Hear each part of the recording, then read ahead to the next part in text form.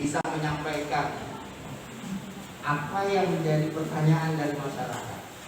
Nah, apabila ini bisa kita lakukan, mudah-mudahan ini akan bisa menjadi interaksi. Saya juga baru sekitar 10 tahun menjadi mu'alaf syariah. Sebelumnya 20 tahun saya di Jahiliyah. Saya banyak memberikan masyarakat pembiayaan haram, dan mudah-mudahan saya bertobat. Sejak tahun 2011 saya mencoba untuk mengejar ketertinggalan saya di era Jahiliyah itu dengan berdakwah seperti ini. Mudah-mudahan kedepannya kita bisa bersama-sama untuk mengembangkan perkembangan syariah yang ada di ITB. Kurang lebihnya minta maaf. Wabillahi taufiq wal hidayah. Assalamualaikum warahmatullahi wabarakatuh.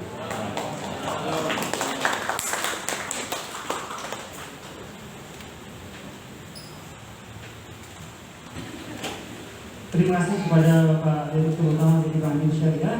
Sekali lagi boleh tepuk tangan untuk Bapak Direktur Utama PT Bank Syariah. Tadi sebelum acara ini dimulai ada satu pertanyaan Bapak Direktur dari Pak dosen. Pertanyaannya ini kurang lebih seperti ini. Apa dampak makro dan mikro perbankan syariah bagi lapisan masyarakat dan pembangunan regional terhadap pembangunan regional?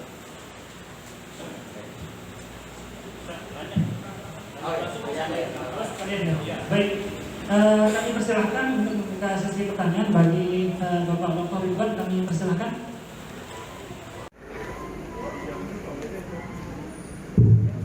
Bismillahirrahmanirrahim. Terima kasih Pak Direktur Utama serta Bapak Dekan BI dan jajaran direksi PT Bank ITB Syariah. Alhamdulillah, ini perlu kami sampaikan Pak Ibu sedikit. Pada tahun 2002 saya lontarkan isu hijrahnya Bank ITB ke Bank ITB Syariah. Alhamdulillah, tapi Pak itu belum direspon. Tahun 2004 saya menghadap ke Pak Nanang Samudra ketika itu menjadi kepala Bapeda. Untuk saya sampaikan perlu menghijrahkan Bank ITB Pak Nanang, sambil membuka juga penggadean syariah. Dan alhamdulillah begitu Pak Srinate jadi gubernur, dibukalah unit usaha syariah. Alhamdulillah ada Pak Taufik Gozi, ada Pak Usman ini bersama beliau kita dulu, dan ada juga dari Unra Pak Usni Muaz dan beberapa rekan yang lain. Alhamdulillah sekarang sudah hijrah total. Itu 10 tahun yang lalu kita bermimpi, dan alhamdulillah sekarang apa yang disampaikan sama Pak Tuku sangat fantastis. Dan saya melihat kondisi sekarang ini kita punya starting yang sama dengan bank-bank lain ketika berbicara digital. Harapan kami Bank ITB ini menjadi pionir bank daerah yang berbicara digital, sehingga apa harapan dunia itu bisa dijawab. Dan insya Allah PB dan BIN siap mensupport, dalam artian sekarang ini Pak Dekan sudah menggagas dan sudah mengatur pelatihan akan ada Winma Digital. Winma Digital yang mana ada transaksi nanti mahasiswa ke depan menggunakan mobile. Win Mataram Digital. Kami harapkan ada sinergi dengan Bank ITB Syariah, mungkin nanti virtual account-nya itu menggunakan Bank ITB Syariah, sehingga apa yang diharapkan oleh Pak Direktur tadi, bagaimana ini literasi bisa dari sejak dini, baik kita mulai dulu dari kampus WIN misalkan, nanti baru kita pindah ke kampus-kampus yang lain, dan kita bisa juga simulasikan atau literasi lagi di lembaga-lembaga yang lain. Tapi kita buat dulu pilot project ini di WIN Mataram, yang mana PB sudah menyiapkan infrastrukturnya itu. Ya, kebetulan di PB itu ada 3 kemarin yang sudah diimplementasikan Pak Guru. Pertama, lab perbankan. Lab perbankan ini bisa diobrak-abrik isi softwarenya, sehingga nanti mungkin bisa kerjasama dengan PB dalam pelatihan karyawan baru misalkan. Karyawan baru Bank ITB Syariah dalam sisi aplikasi dan teknologi, karena kita punya software yang bisa diobrak-abrik. Itu yang pertama. Yang kedua, ada lab entrepreneur payungnya. Lab entrepreneur ini sah, mungkin akan melakukan, karena saya sudah studi Bandung dulu ke Unair. Dia ada juga lab entrepreneur yang bisa melakukan transaksi secara real. Nah ini juga softwarenya sudah ada, lab entrepreneur, dan akan dikoneksikan, akan diintegrasikan dengan Win Mataram Digital. Win Mataram Digital ini lagi di-develop menunya, ya, dan mungkin nanti dimasukkan juga di sana salah satu menu favorit ke depan Krisnya, Kris Bank INTB Syariah yang lagi proses izin. Mudah-mudahan segera keluar izin Krisnya sehingga itu bisa dilakukan ditaruh di Win Mataram. Nah, sehingga harapan kami adalah bagaimana ini bisa terintegrasi dengan Bank INTB, Bank INTB bisa mensupport ke depan, sehingga harapan Pak Gubernur, bagaimana pertanyaan tadi, bagaimana pengembangan ekonomi makro mikro ke depan, sehingga kita bisa develop beberapa daerah wisata menggunakan transaksi digital, misalkan Senggigi, Mandalika, dan dimanapun yang berbasis wisata itu, kita mulai misalkan parkirnya harus pakai konsep digital, misalkan. Kita mulai di titik-titik itu baru ke titik-titik yang lain, sehingga Bank INTB itu bukan saja nanti menguasai 20 atau bank umum syariah bukan saja 25%, tapi kedepannya bisa mencapai 50% ke depan karena sudah melekat pada hati masyarakat. Itu saja mungkin Pak Dirut Utama. Assalamualaikum. Terhormat Bapak Direktur Bank INTB Syariah, yang terhormat Bapak Dekan Feby UIN Mataram, Bapak-bapak dan ibu-ibu yang hadir pada pertemuan hari ini. Nama saya Abdul Majid dari salah satu gerakan Koperasi Syariah Bank. Tadi disampaikan oleh Bapak Dekan bahwa alumni UI itu ada 2.500 lebih. Nah, saat ini tentu UI bermitra dengan salah satu bank, yaitu Bank INTB Syariah. Dalam hal apapun pasti bermitra dengan bank syariah. Nah, yang menjadi pertanyaan saya, Pak, saya bukan alumni UI, Pak. Saya alumni Makassar, tapi usaha di sini. Secara global atau dikhususkan di NTB, Pak, dalam hal saat ini 2 tahun terakhir ini semua sektor berdampak, termasuk sektor pariwisata dan perhotelan dan lain-lain. Nah, yang saya pertanyakan, Pak, kontribusi apa terhadap alumni UIN dari Bank INTB Syariah untuk memberikan dampak positif kepada teman-teman yang alumni ini yang memiliki usaha dalam semua sektor. Jadi itu aja yang saya sampaikan. Terima kasih. Karena tadi yang disampaikan bahwa ada pembiayaan 15% untuk masyarakat selain daripada ASN dan Pemda. Dan mungkin itu aja yang saya sampaikan. Terima kasih. Wabillahi taufiq wal hidayah. Wassalamualaikum warahmatullahi wabarakatuh. Baik, terima kasih Bapak Abdul. Bu Nurul, dosen FEB. Alhamdulillah saya melihat salah satu kontribusi Bank INTB terhadap mahasiswa saya, diterimanya mahasiswa saya Bank INTB kan di bimbingan saya kebetulan waktu itu. Tapi alhamdulillah Pak rajin. Jadi kalau rajin insya Allah ini tidak sia-sia. Anaknya rajin kebetulan. Mudah-mudahan rajin sampai sekarang Pak. Baik Pak, ada beberapa hal yang ingin saya bertanya. Tergelitik ketika kami dosen melakukan riset. Saya pernah melakukan riset untuk transparansi bagi hasil margin pada bank syariah di Mataram, termasuklah di Bank INTB. Waktu itu masih mau konversi antara UUS menjadi ini. Nah waktu itu saya sempat ketemu sama pimpinannya. Nah yang selalu menjadi kritikan dari masyarakat adalah kita yang masih memakai anuitas. Waktu itu UUS memakai sistem flat. Sampai bilang gini, Bu, coba dah dikomunikasikan biar nanti waktu Bank INTB menjadi syariah tetap flat, jangan anuitas. Karena yang menjadi kritikan kami itu adalah amunitas itu buatannya siapa sih? Itu produknya siapa amunitas itu? Dan seringkali itu yang menyebabkan ketika bicara akad, saya setuju bahwa kita kan sudah syariat, akadnya saja sudah syariat, hanya saja mungkin implementasi tadi. Dan yang sering menjadi pertanyaan adalah amunitasnya itu. Nah itu mungkin yang orang awam bertanya kepada kami dan lain sebagainya. Itu yang pertama Pak. Yang kedua, dan ini sering saya pertanyakan ketika kami ketika ketemu dengan teman-teman perbankan, bisa tidak kami ini bekerja sama?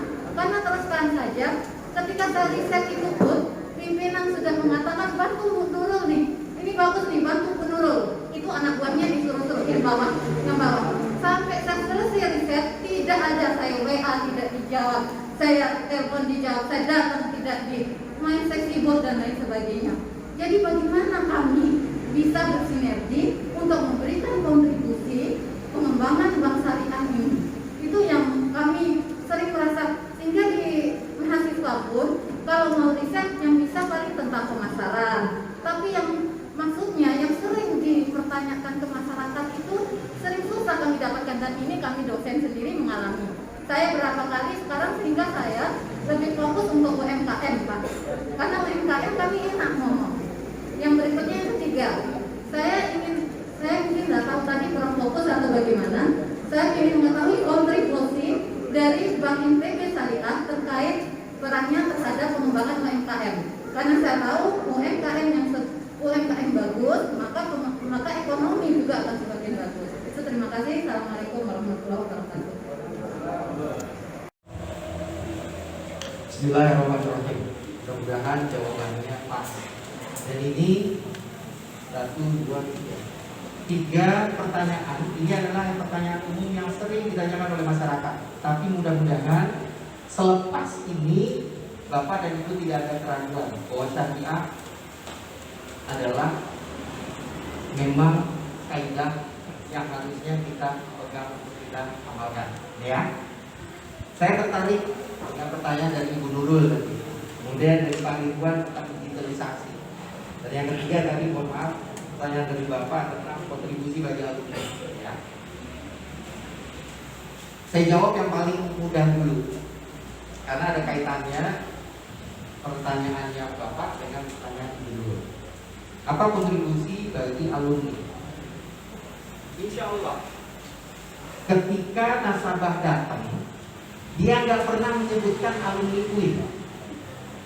Artinya kita nggak pernah membedakan alumni UIN dengan alumni non UIN. Semua nasabah begitu datang kita layani. Insya Allah kita nggak membedakan mana alumni mana tidak. Tetapi kalau alumni ini mau secara spesifik kita bekerja sama, kemudian kita membangun satu ekonomi bagi perbaikan di NTB, kami siap. Karena prinsipnya adalah seperti ini. Kami sekarang itu sedang mencoba untuk menjawab pertanyaan Bu Nurul juga, apa kontribusi untuk UMKM. UMKM banyak Bu, tapi tantangannya bukan di sektor produksinya Bu.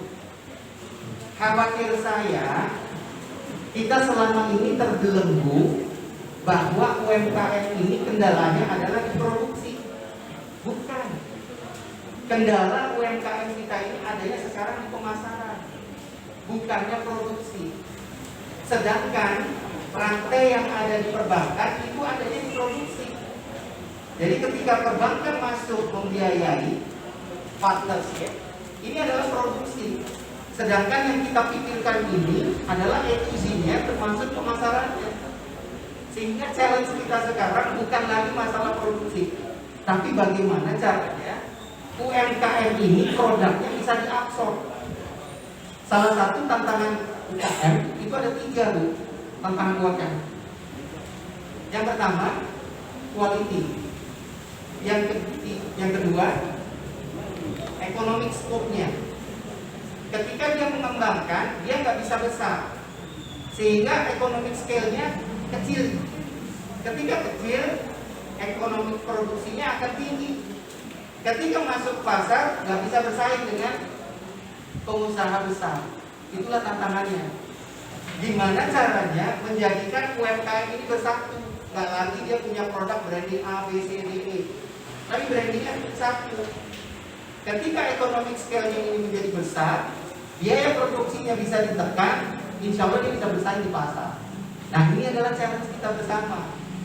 Nah, kami selama ini masuknya adalah ke situ, Bu. Salah satunya kopi.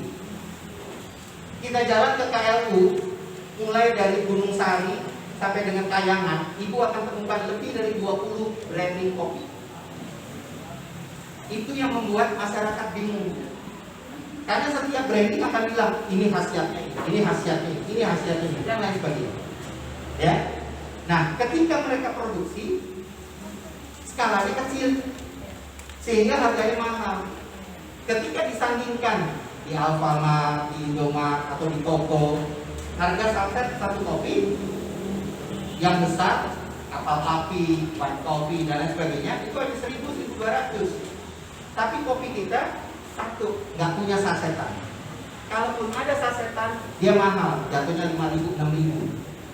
So, masyarakat kita masih berpikir mana yang murah. Nah, ketika dia beli yang murah, nggak ada yang salah. Walaupun secara quality kopi kita itu bagus.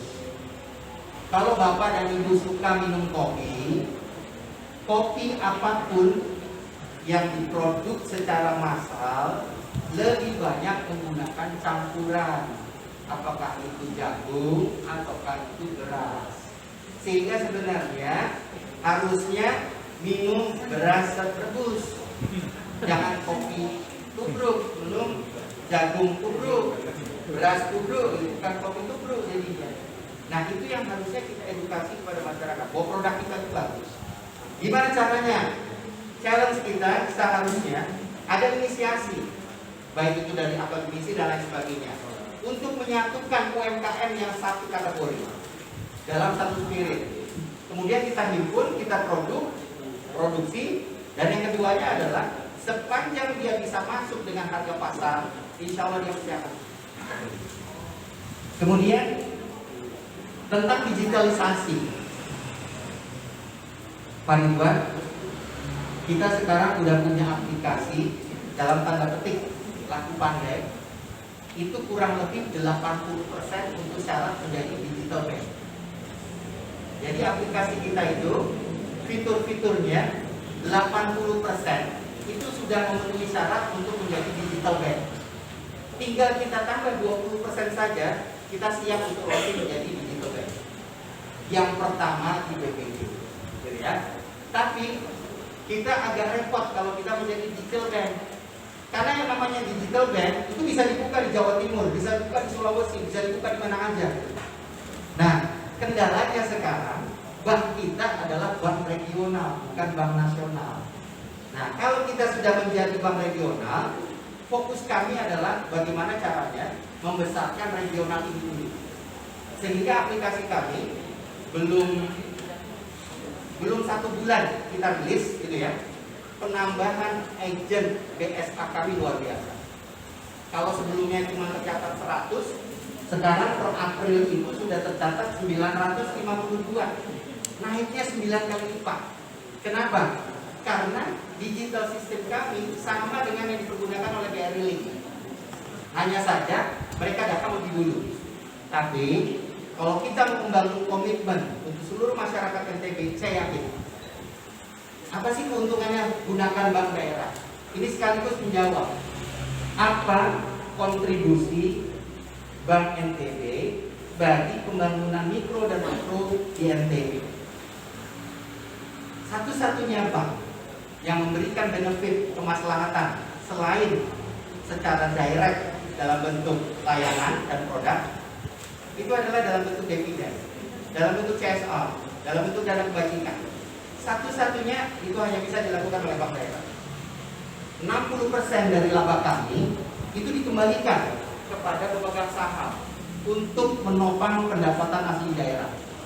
Tapi kalau Bapak dan Ibu bertransaksi dengan bank selain bank daerah, tidak ada keuntungan yang dibagikan lagi atau dikembalikan kepada daerah itu.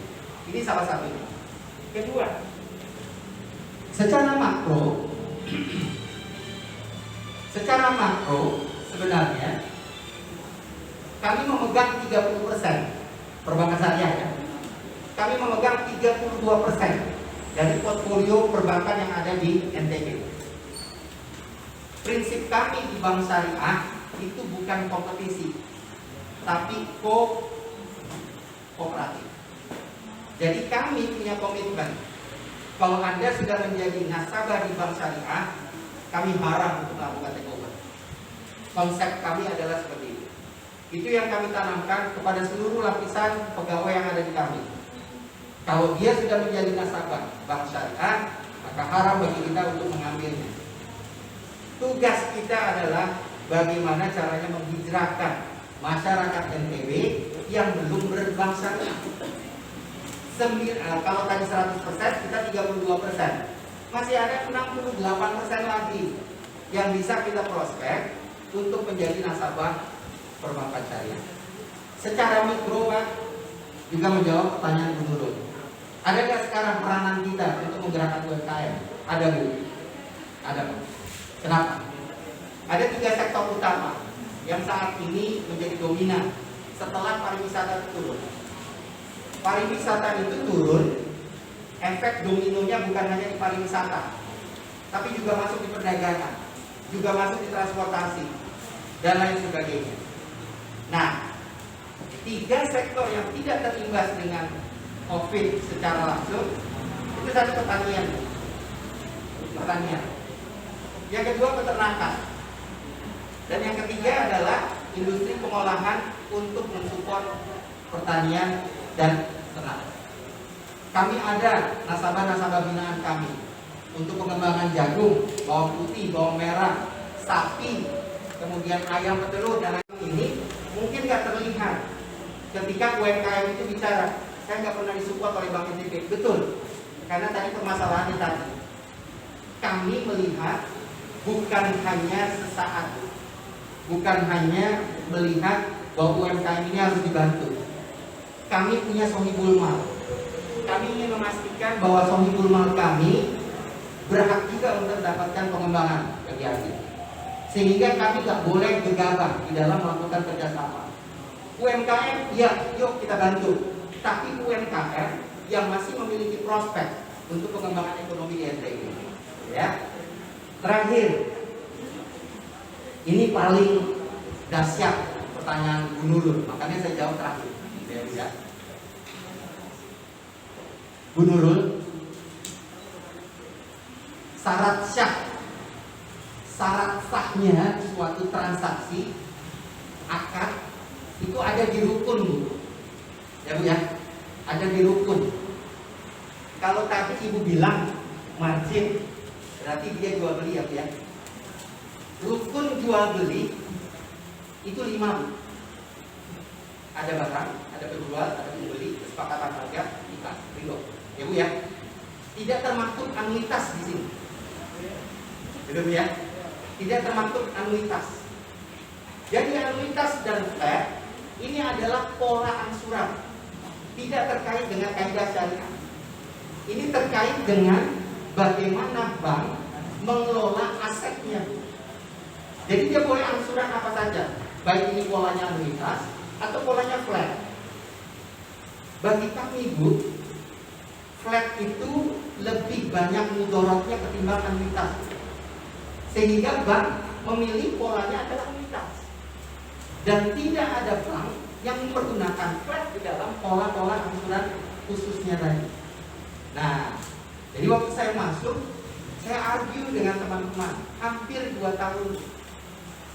Saya kasih, kenapa sih kok kita pakai flat? Oh gini Pak, kita susah jualan.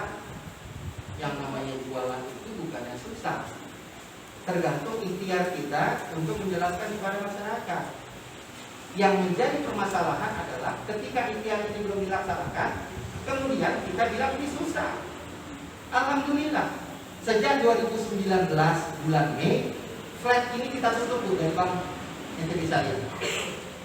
Kita pakai anuitas, tapi bukannya turun, malah ini bertambah.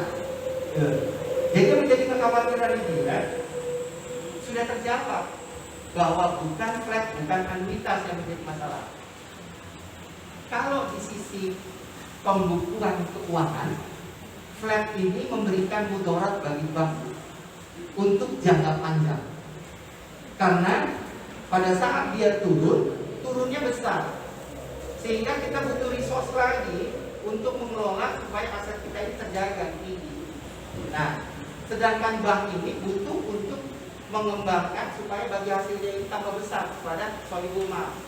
Itulah yang dilakukan. Karena kalau kita pakai flat, turunnya ini cukup dahsyat, banyak, besar, secara proporsional. Sehingga karena turunnya besar, kami harus menggunakan resource jauh lebih banyak. Ketika resource jauh lebih banyak akan kita pakai, berarti kita akan pakai OPEX jauh lebih besar. Nah, sehingga imbangannya untuk sholibul mal menjadi lebih kecil. Nah, itu ya. Jadi bukan berarti ada satu lagi nih permasalahan dalam masyarakat. Kenapa syariah ambil untung yang besar-besar? Gitu kan? Ini saya tegaskan, rukun dalam transaksi itu tidak ada larangan untuk mengambil keuntungan lebih besar. Karena rukunnya itu tidak ada, misalkan salah satu rukun daripada akad gitu ya, tidak ada yang bilang tidak boleh mengambil untung besar-besar. Tidak ada. Rukunnya tidak ada. Saya tanya kepada ibu dan bapak, ini ya, saya perkirakan kalau kita ngambil di grosirnya harganya 750 perak. Dijual oleh tukang asongan ini dengan 2.500. Berapa kali? 3 kali lipat. Untungnya besar nggak? Nggak syariah dong. Tetap karena syariah rukunnya itu tidak ada larangan untuk mengambil keuntungan besar. Yang ada adalah kesepakatan harga. Ketika ini saya tawarkan, ibu beli, berarti sepakat sah transaksi jual beli. Wallahu a'lam bishawab.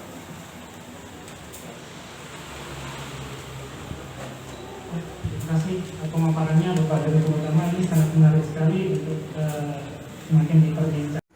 Assalamualaikum warahmatullahi wabarakatuh. Terima kasih Pak Cukup. Saya ingin bercerita saja. Nama Sarifudin, dosen di GRI. Saya ingin bercerita sedikit. Dan ini harus segera ditulis karena ini sebuah kesepakatan yang sudah disepakati. Tapi kalau tidak disepakati maka itu tidak syariah. Jadi 2018 semua dosen di UIN itu adalah menjadi bagian di 18 sama itu. Ini ada Pak Usman yang menjadi waktu itu datang ke UIN Mataram, dan kebetulan saya adalah salah satu yang hadir pada saat itu. Ini disepakati bahwa seluruh dosen dan pegawai UIN itu adalah menjadi nasabah di Bank UTB Syariah. Akhirnya kita membuat 2 rekening. Ada rekening untuk gaji kita dan ada juga rekening untuk yang lain-lain, dan mungkin honor dan lain-lain. Tetapi waktu itu kita bersepakat ya, dengan Pak Usman, kita susun semuanya. Kebetulan saya hadir juga mewakili BRI.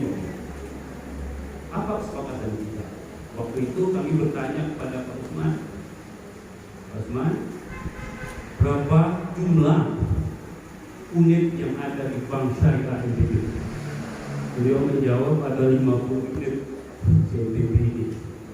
Kemudian kita bertanya lagi, berapa jumlah peserta PKL UIN PPI yang bisa diterima di situ?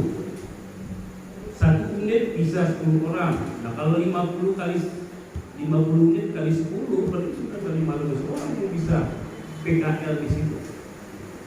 Nah, kami setiap hari, tiap tahun itu selalu persoalannya adalah masalah PKL ini, penempatan itu yang tidak pernah disepakati waktu itu antara NTB Syariah dengan UIN.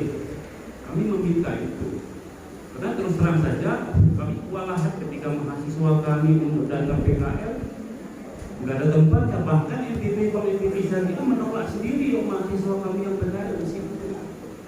Nah, ini kan jadi persoalan kita. Satu sisi kita ingin membangun komitmen bersama, untuk pengembangan bangsa Indonesia ini. Tapi satu sisi kami semua dosen pun mahasiswa semua kami menabung di situ. Ya, kami harapannya itu aja, tapi ada juga kesepakatan lainnya. Kami nggak mau tahu tentang itunya. Apa ada yang dosen yang mau diumrohkan misalnya, ada juga itu. Apa mahasiswa yang mau dikasih beasiswa? Ada? Ya, mahasiswa dikasih beasiswa kalau udah 100 orang disepakati waktu itu apakah masih begitu? Oke lah, mungkin kita anggap itu sudah benar. Tapi yang tadi itu yang kalau logikanya adalah kami 500 orang, berarti 500 orang mahasiswa kami bisa PKL itu nggak capek-capek. Nah, mitra ini harus dibingkai sampai sekarang untuk kepentingan kita bersama. Karena ini sudah disepakati kan? Nah itu aja. Dari saya terima kasih. Mungkin di sini ada lampu hijau lah bagi kalian untuk kepentingan saya. Pertanyaan Bapak ini adalah sebelum kami berkonversi ya Pak. Karena sejak kami berkonversi, justru kami sangat membuka diri untuk PKL Pak. Kami justru dari Bogor, dari Taskia itu datang ke sini Pak. Dulu kemarin dari Malang datang ke sini. Jadi alhamdulillah saya juga nggak tahu kenapa kok Bank NTB Syariah dijadiin rujukan oleh fakultas-fakultas PB yang ada di Jawa. Nah, saya juga kaget Bapak kita kayak gini. Memang Pak, saya benar Pak, sampai dengan saat ini saya nggak pernah menerima permohonan untuk magang dari UIN Pak. Saya nggak pernah menerima permohonan. Jadi kalau misalkan Bapak ada yang mau magang Pak, jangankan 500 Pak. Kita siap Pak. Dan pola magang kita Pak, ini sangat berbeda dengan pola magang. Jadi mohon maaf Pak dulu Pak ya. Dulu magang, mahasiswa itu hanya didiamkan Pak. Hanya disuruh untuk kerjakan ini, kerjakan ini, kerjakan ini. Pola magang kita sekarang beda Pak. Pola magang kita lebih banyak kepada in-class training. Jadi kan biasanya 40 hari ya Pak ya. In-class trainingnya adalah sepertiganya. In-class training dia. Yang 2/3-nya dia langsung masuk ke unit-unit secara bergilir. Setelah itu dia dapat sertifikat magang Pak. Bagi yang terbaik kita kasih penghargaan antara 500.000 sampai 1,5 juta. Itu yang ada di kami sekarang. Jadi kalau misalkan UIN mau menyertakan untuk PKL, kami sangat terbuka dengan catatan tidak satu-satu. Kelompok sekaligus. Jadi ada satu kloter minimal 30 orang. Karena kami buatnya adalah in-class training. Kalau misalkan satu orang minggu ini, satu orang minggu ini, kami agak kesulitan untuk ngaturnya. Siapa mentor-mentornya Pak? Yang kami turunkan adalah langsung GM Pak untuk bicara ini. Jadi benar-benar luar biasa bahwa kami ingin, karena kami menganggap Pak, potensi mahasiswa PB itu bukan hanya menjadi syarat bukan hanya menjadi target PKL Pak, tapi target untuk menjadi stafnya Bank NTB Syariah. Nah, Bapak silakan tanya, batch ke-4 saja, batch ke-1 sampai dengan ke-4 kalau saya tidak salah ya, alumni UIN dari PB kami terima itu kurang lebih sekitar 20 orang. Sejak batch 1 sampai dengan batch ke-4 yang hari ini kami tanda tangan kontrak. Di batch ini saja kalau saya tidak salah ada 3 orang yang masuk menjadi stafnya Bank NTB Syariah. Jadi magang ini kalau Bapak ajukan ke cabang memang tidak bisa. Karena kami ingin mereka itu mendapatkan in-class training dulu 10 hari. Setelah itu baru mereka keliling. Kelilingnya mereka ini mereka mempelajari apa yang bukan mempelajari, mengamalkan apa yang di kelas training yang itu tadi. Jadi saya berterima kasih Pak. Kalau misalkan ada mahasiswa yang ingin PKL, insya Allah kami tidak keberatan dengan syarat kalau bisa dilakukan secara berkelompok. Mungkin itu ya Pak ya. Terima kasih. Itu jawaban dari Pak Direktur Utama Pak dosen. Terima kasih atas pertanyaannya. Ya, ada dua lagi ya, silakan Pak.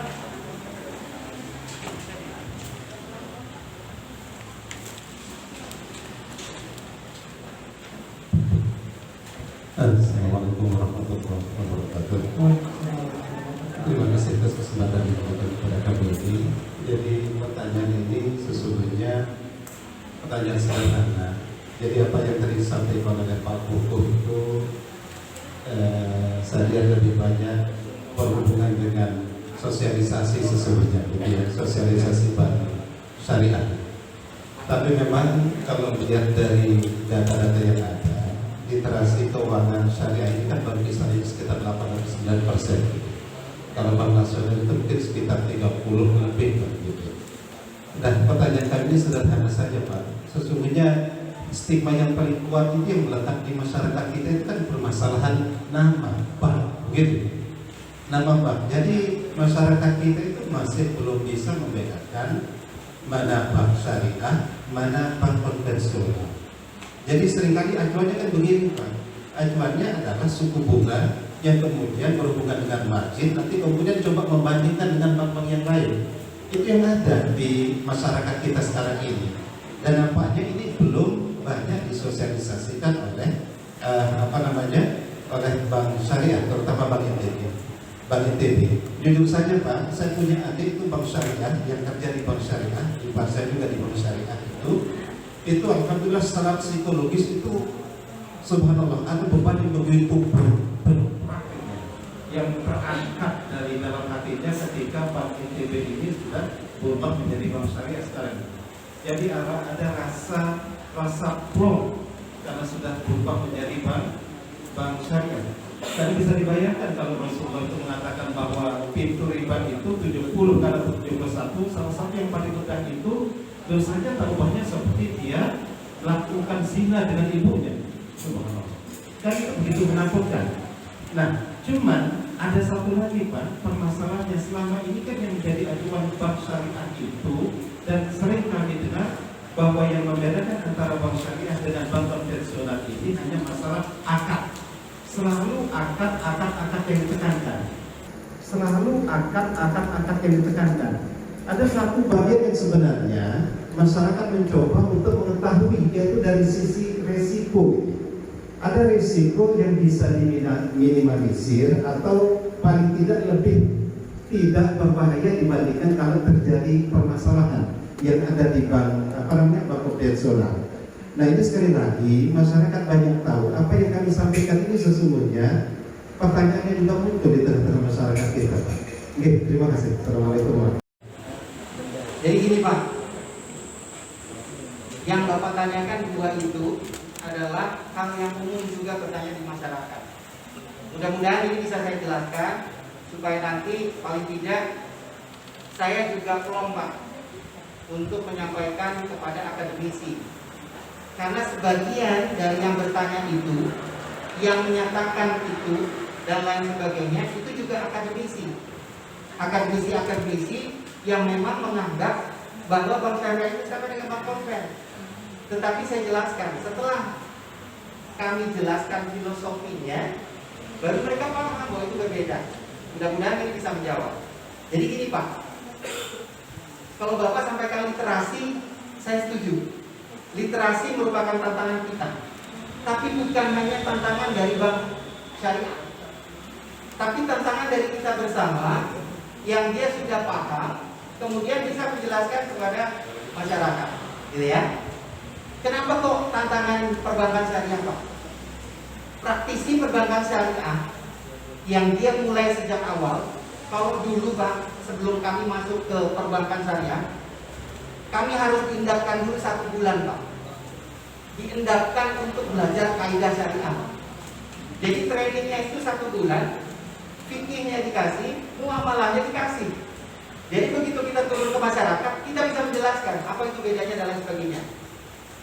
Karena keterbatasan praktisi perbankan syariah, akhirnya program ini tidak memberikan informasi yang tuntas kepada masyarakat.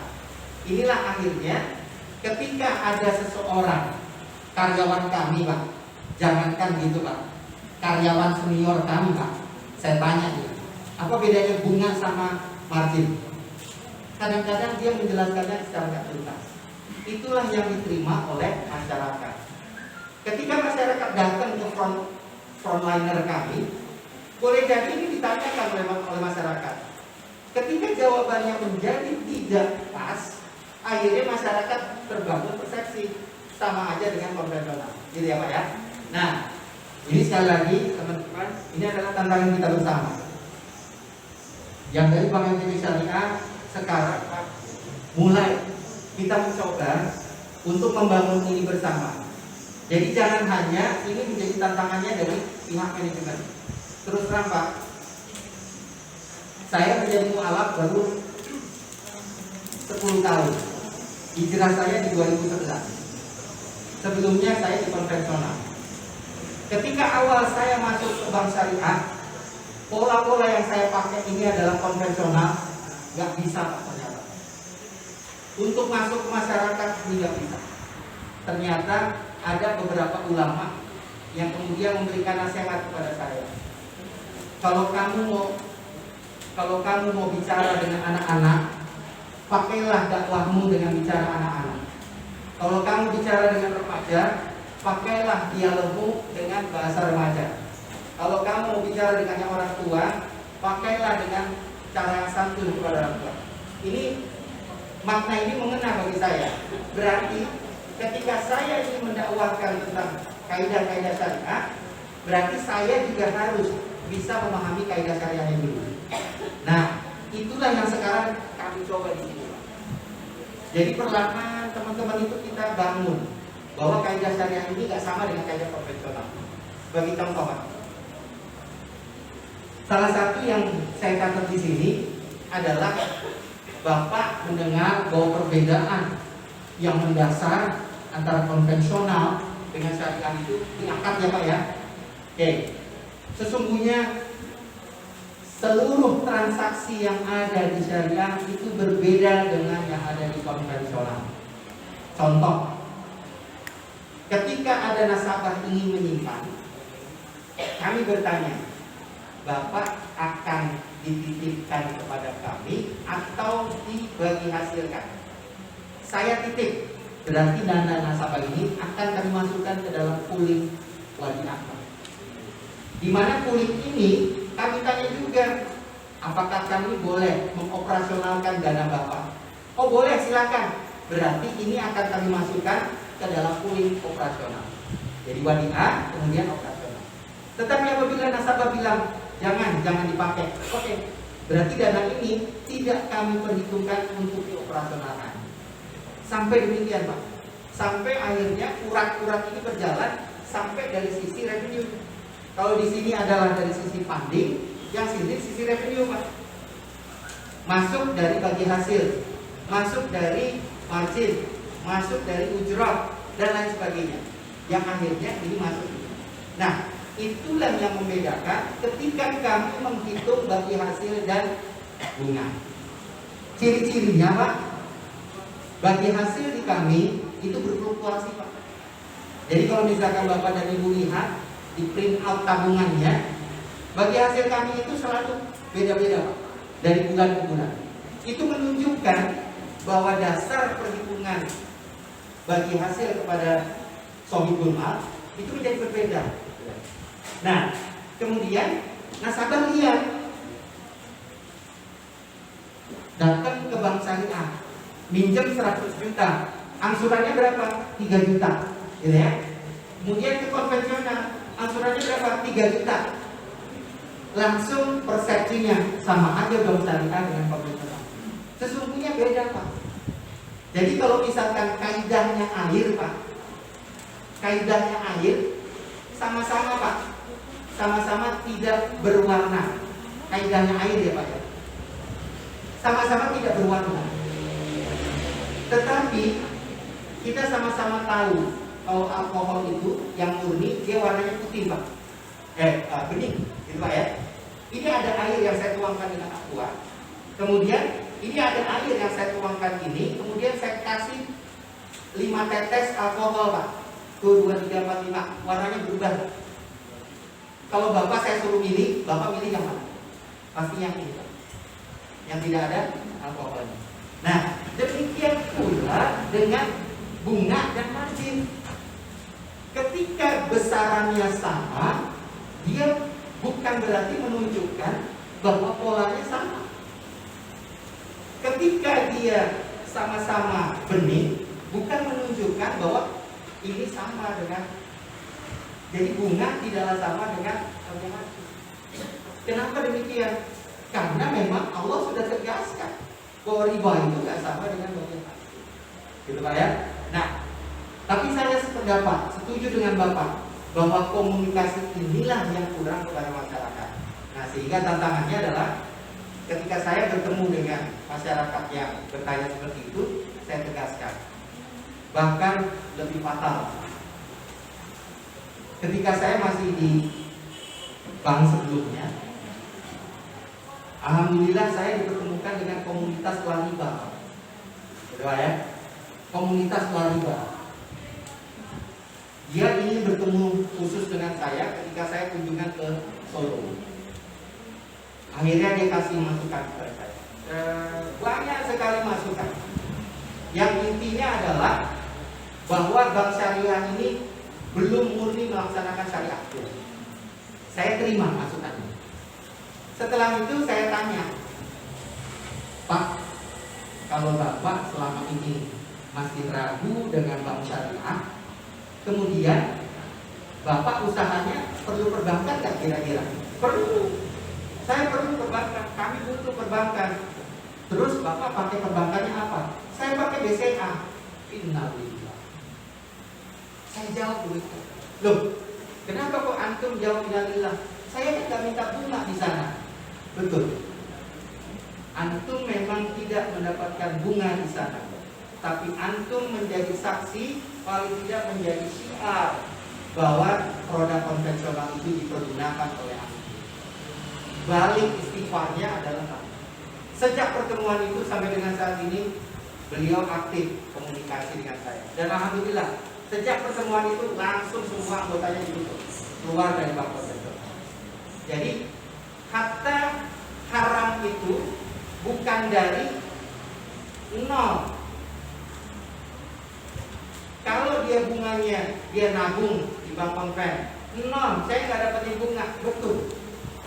Rasulullah melaknat 4 orang. 1 yang memberi, 2 yang memakan, 3 mencatat, 4 menjadi saksi. 4 orang ini dilaknat oleh Rasulullah.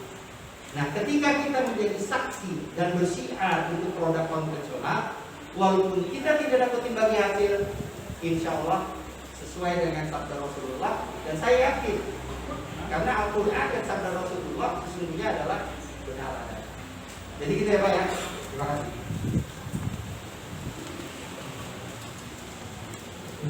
Pemaparan.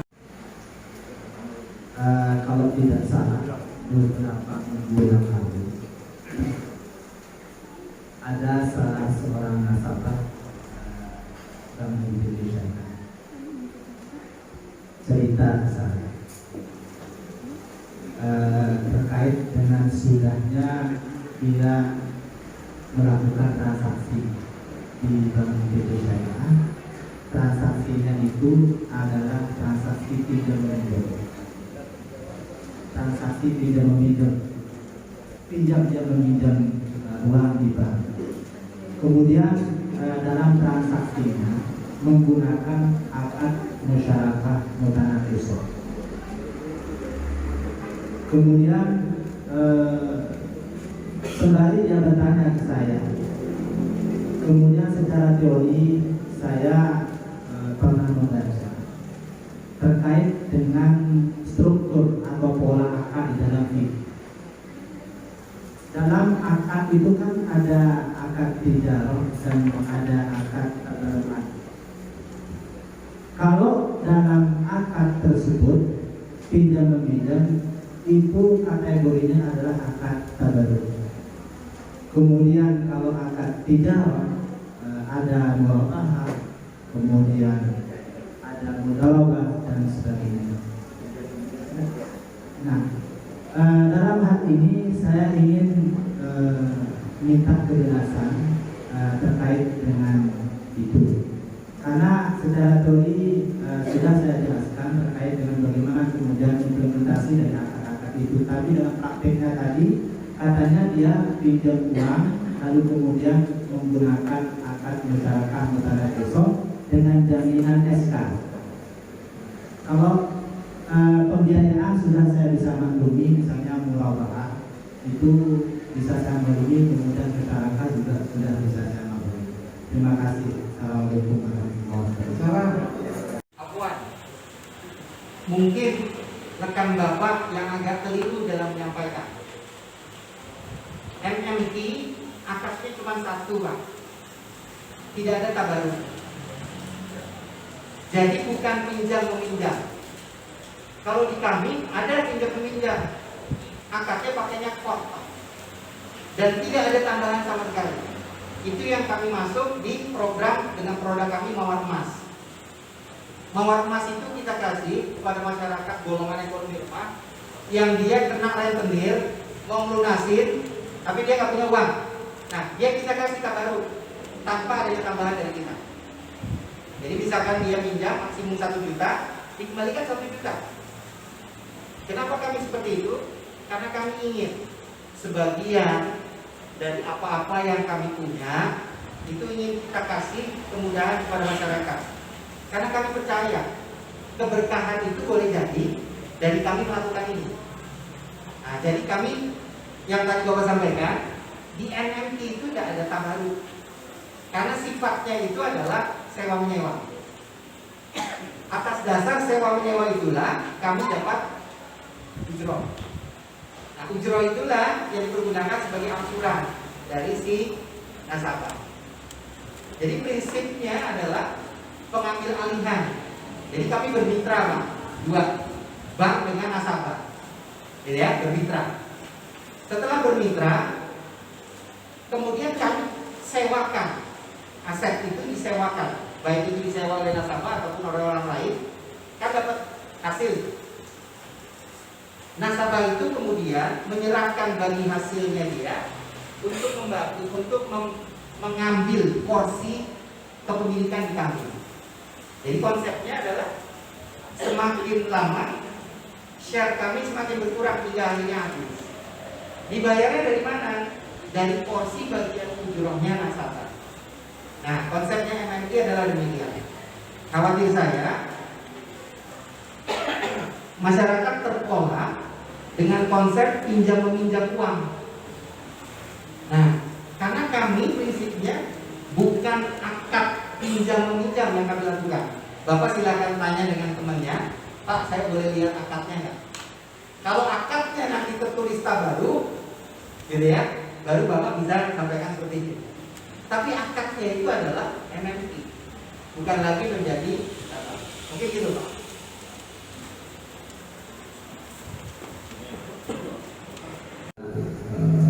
Syariah dan konvensional, karena memang masyarakat Indonesia dan dunia juga memang terbelah terkait hukum syariah dan konvensional. MUI kita jelas mengharapkan, MUI masih abu-abu, ada yang oke, ada yang tidak. Muhammadiyah mengharapkan, tapi Darul Ifta Mesir itu sejak 2021 itu menghalalkan transaksi dengan perbankan konvensional. Jadi saya tidak ingin ke situ. Yang sekarang lagi hit itu Pak Direktur Utama terkait bank Himbara yang sedang menaikkan tarif ATM transaksi jadi 5.000 memang sangat heboh, dan kalau hitung-hitung 10 juta saja itu transaksi tiap hari itu saya baca cukup signifikan ya keuntungan yang didapat dari fee transaksi tersebut. Mudah-mudahan tidak terjadi di bank ETB Syariah, bahkan mudah-mudahan bisa diturunkan fee transaksi, karena ini terkait dengan jasa juga Pak Dirut. Jasa sangat berpengaruh juga ke jumlah account yang bertransaksi. Isu yang pertama terkait rate di bank syariah itu relatif lebih tinggi dibanding dengan yang konvensional. Saya juga sangat memahami bahwa rate di susahnya mengelola rate itu terkait dengan biaya dana kita. Ketika likuiditas ketat, kita harus berjuang untuk mencari dana-dana dengan biaya murah. Tetapi kondisi ketika tidak memungkinkan untuk mencapai dana murah, itu memang sangat susah melepas kredit dengan biaya yang murah tersebut. Jadi isu rate itu sangat menentukan, apalagi dampaknya kepada keberlanjutan UMKM. Bagaimanapun kita tidak bisa menafikan bahwa pengusaha itu sangat rasional, Pak Dirut. Dia itu rasional ketika mau meminjam kredit. Dia hitung-hitungan biaya kreditnya itu seperti apa. Bahwa ekonomikus itu tetap ada di masing-masing pengusaha ataupun semua orang. Jadi isu rate itu masih menjadi isu penting di perbankan syariah. Terus yang kedua terkait perluasan segmen dari NTB syariah. Tadi Pak Dirut sudah menjelaskan bahwa sudah mulai bergeser ya dari ASN yang sifatnya konsumtif ke yang produktif, sudah mulai agak membaik, tetapi itu masih sangat belum, kalau kita menyentuh dengan ekonomi pembangunan masyarakat, itu masih harusnya 50% lebih itu sektor UMKM atau produktif. Jadi masih banyak tugas berat Pak Dirut untuk mengembangkan ekonomi masyarakat NTB, khususnya dari sisi segmen perkreditan lebih fokus ke UMKM. Apalagi pengembangan ke skimnya lagi Pak, skim model-model pemberian kreditnya agar lebih divariasikan. Divariasikan maksudnya disesuaikan dengan siklus usaha masing-masing kreditur, karena berbeda-beda usaha nasabah, berbeda juga treatment dari cash flow-nya untuk pembayaran. Mobile banking, tadi mobile banking saya salah satu pengguna mobile banking NTB syariah dan cukup aktif. Tetapi satu hal yang menjadi concern saya, karena kalau saya pakai konvensional di bank saya sebelumnya itu ketika saya melakukan cek mutasi rekening, saya bisa menentukan bulan, berapa bulan dan berapa tekannya. Tetapi kalau di NTB syariah cuma dibatasi hanya 5 transaksi. Jadi mohon itu ditingkatkan agar kami bisa lebih leluasa, tidak perlu datang ke bank untuk melakukan cetak rekening. Demikian, Assalamualaikum warahmatullahi wabarakatuh. Tapi izinkan saya menjelaskan tentang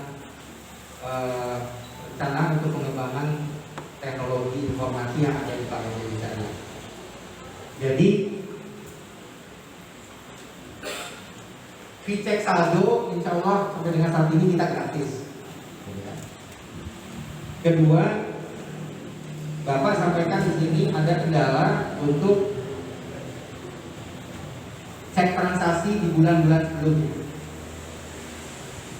Ini adalah salah satu tantangan kami, Pak. Karena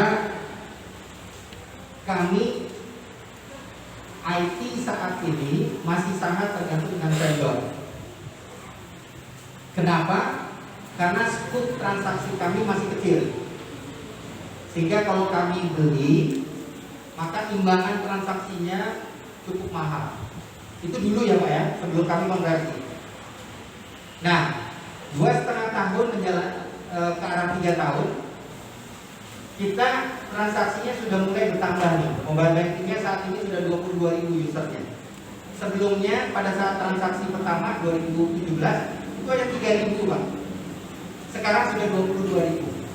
Jadi lompatannya luar biasa. Nah, ketika transaksi kami ini sudah berkembang pesat, kami punya rencana untuk beli sistem yang jauh lebih bagus, yang tidak hanya memberikan kemudahan untuk cek mutasi tadi Pak. Karena kalau kami kembangkan IT-nya kepada vendor, charge-nya cukup lumayan besar Pak. Sehingga kami sekarang sedang berupaya, kalau misalkan nasabah ini mau ngeceknya adalah per periodik, kita akan buat satu aplikasi tapi di luar mobile banking Pak, yang dipakai khusus untuk dia melihat transaksi. Nah, kenapa seperti itu? Karena sejak bulan lalu kita sudah punya data warehouse. Sebelumnya data warehouse ini adanya di sana Pak, di vendor. kita nggak bisa ngapa-ngapain. Akhirnya kita invest cukup besar, hampir 10 miliar untuk membangun data warehouse supaya data-data yang dari sana di-mirror ke tempat kami di sini. Dan alhamdulillah ini sudah selesai. Yang akan kami kembangkan adalah aplikasi yang mirip dengan mobile, tapi hanya bisa untuk inquiry. Misalkan Bapak kan sekarang kan aplikasi ya. Nah ini sama Pak dengan mobile ini Pak. Tapi khusus untuk inquiry. Dari tanggal berapa ke tanggal berapa. Dari bulan apa ke bulan apa, dan lain sebagainya. Nah konsepnya adalah itu. Sehingga tadi yang Bapak harapkan adalah tidak ada kesulitan bagi nasabah untuk dia datang ke kantor dan lain sebagainya. Kami sangat memahami itu. Itulah sebabnya sekarang kami ingin biayanya sekarang minim saja deh kepada nasabah. SMS gratis kita kasih. Kemudian cek saldo gratis kita kasih. Gitu ya. Notifikasi SMS maksudnya. Supaya ini bisa memungkinkan nasabah untuk dia tahu berapa sebenarnya atau ada transaksinya. Nah, kemarin saya dapat apresiasi dari nasabah, Pak. Jadi nasabah ini dia menjadi salah satu pemegang kuasa kewenangan transaksi di kantor. Selama ini dia nggak bisa tahu transaksinya dilakukan oleh siapa.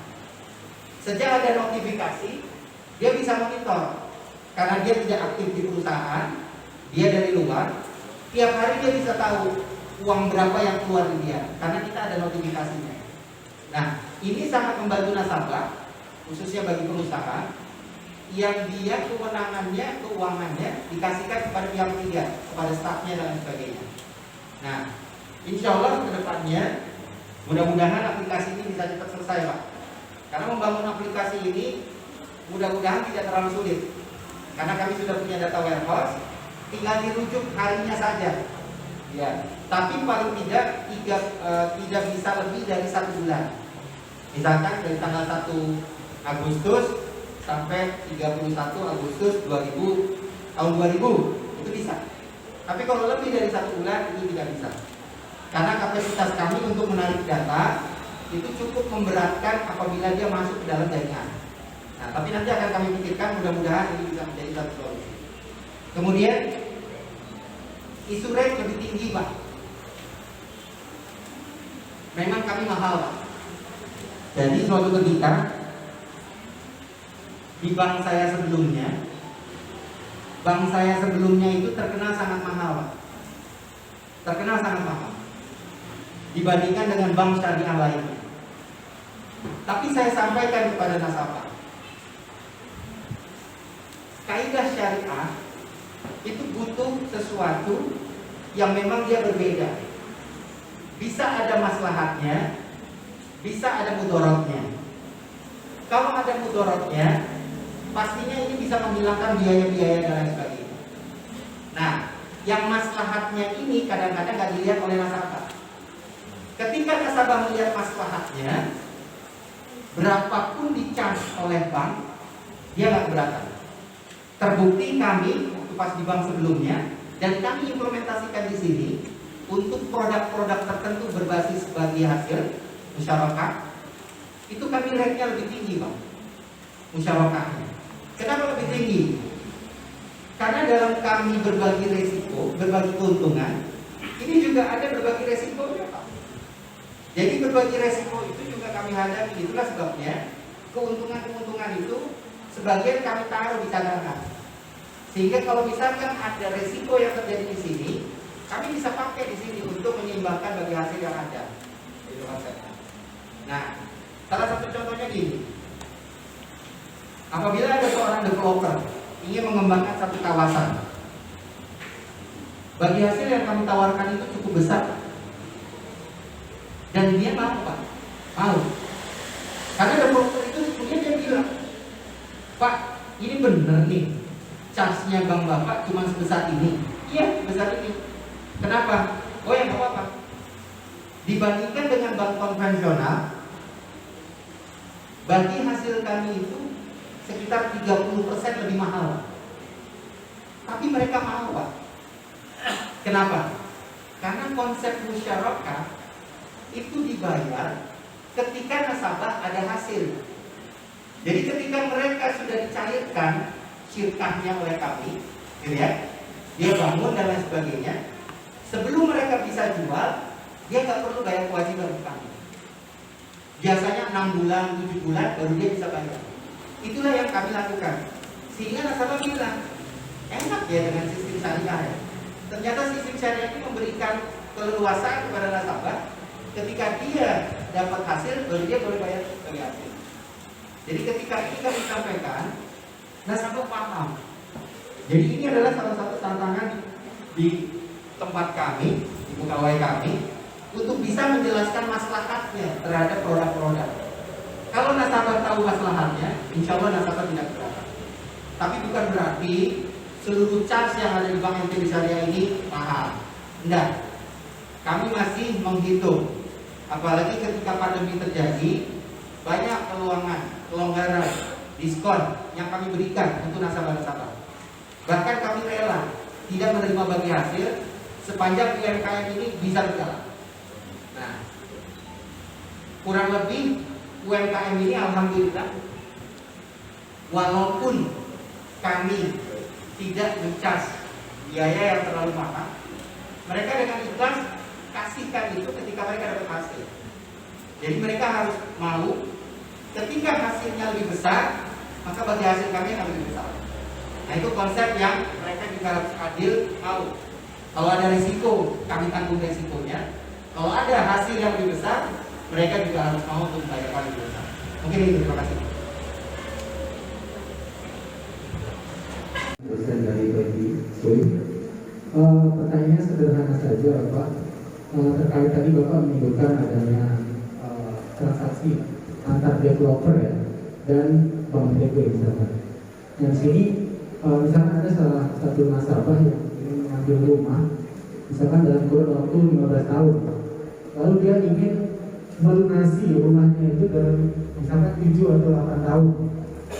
Nah yang saya tahu Bank Syariah itu tetap akan memberikan penalti ya Pak. Tetap akan memberikan penalti dan yang saya tahu juga itu sama dengan konvensional. Nah, di sini yang saya ingin tanyakan apa perbedaannya kira-kira kalau dari segi itu. Dan pertanyaan kedua, Bank NTB Syariah ini sebelum hijrah dari sebelumnya Bank NTB konvensional lalu ke Syariah, berarti aset dan keuangannya itu dana yang didapatkan dari konvensional sebelumnya, atau bisa kita bilang dana yang dari bunga lalu dibuka ke Bank Syariah menggunakan dana dari bank sebelumnya. Apakah itu nggak apa-apa Pak? Yang awalnya mungkin belum halal, berarti langsung dihalalkan. Apakah seperti apa hukumnya? Saya ingin tahu. Terima kasih. Assalamualaikum warahmatullahi wabarakatuh. Azizul Rahman. Ini sejak kami berkonversi, denda, penalti itu kami hapus. Tidak ada istilah denda, tidak ada istilah penalti. Di beberapa produk ada istilahnya, takwid aja. Tapi besarannya adalah bukan dihitung atas dasar persentase, tapi tetap. Misalkan 5.000, 10.000, gitu ya. Misalkan surat menyurat, misalkan 5.000, 10.000 dan sebagainya. Beban biaya tadi. Jadi tidak ada penalti. Bagaimana mekanismenya? Kalau misalkan dia bermurabahah, kemudian ingin menyelesaikan di tahun ke-7, 8. Contoh ya, beli rumah seharga 250. Mas Rahman beli rumah. Belinya di mana? Di ini. Nah, ini konsep jual belinya nih yang di Perbankan Syariah ya. Mas Rahman pesan dulu ke saya. Pak, saya mau beli rumah tipenya ini. Oke, Mas, udah ada contohnya yang diinginkan ada di perumahan ini, ya. Kemudian saya ke sana. Developer saya tanya, ada nggak yang speknya ini? Ada. Oh, ada nggak blok B Taflik ini masih kosong nggak? Masih. Boleh. Kan sesuai dengan Mas ya. Berapa harganya? 250 juta. Oke. Begitu saya kembali, saya bilang sama Pak Nino, Mas mau dibayar tunai atau tunda? Saya tunda 15 tahun. Oke. Kalau tunda 15 tahun, saya jual ke Mas 600 juta. Saya belinya 250, saya jualnya 600. Mas sepakat? Jangan 600 deh, 550. Saya hitung lagi. Oke deh, 550. Deal ya, 550. 550 itu adalah nilai jual. Dibagi dengan 180 bulan.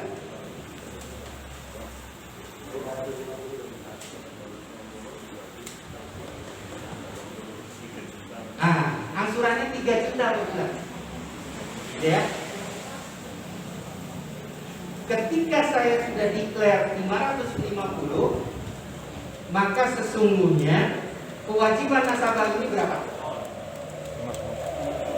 Berapa? 550. Mau dilunasin tahun pertama, tahun kedua, tahun ketiga, tahun keempat, tetap 550. Gitu ya. Tapi nasabah bermohon, Pak, kalau saya minta mukosa boleh nggak diskon? Jadi jatuhnya adalah diskon. Hebatnya Bank Syariah, bukannya denda, bukan penalti, malah diskon. Ya? Selama ini kan yang dilihat oleh nasabah kan bukan itu, oh, ada denda, ada penalti. Tapi sesungguhnya Bank Syariah itu malah memberikan diskon mukosa. Sebagai contoh, Mas tahun pertama sudah bisa bayar, dari 15 tahun ternyata dapat rezeki, tahun pertama mau lunasin. Berarti hitungannya 3 juta kali 12, 36. Berarti seharusnya bayarnya 514 juta lah. Mas minta, Pak, saya kan baru 1 tahun, boleh nggak saya dapat keringanan? Boleh. Saya hitung terus ya. Mas, karena Mas mau lunasin, dulu kan transaksinya adalah 550.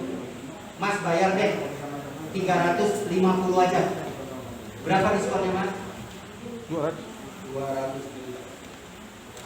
Betul? Nah, itulah yang seharusnya dikomunikasikan oleh nasabah. Bukan kemudian dia bilang, saya transaksinya 250, tetapi saya harus melunasi 350.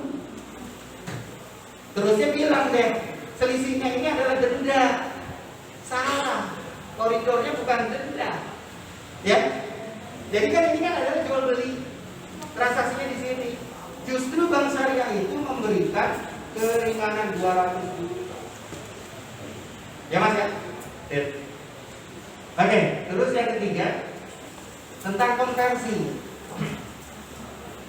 Ternyata di ayat yang sama 275 surat Al-Baqarah, Allah berfirman yang artinya di bagian penutup, apabila engkau bertobat, maka apa yang engkau sudah peroleh itu menjadi hakmu dan sekali-kali tidak akan jadi halal. Tapi apabila engkau kembali lagi, maka ancamannya adalah neraka.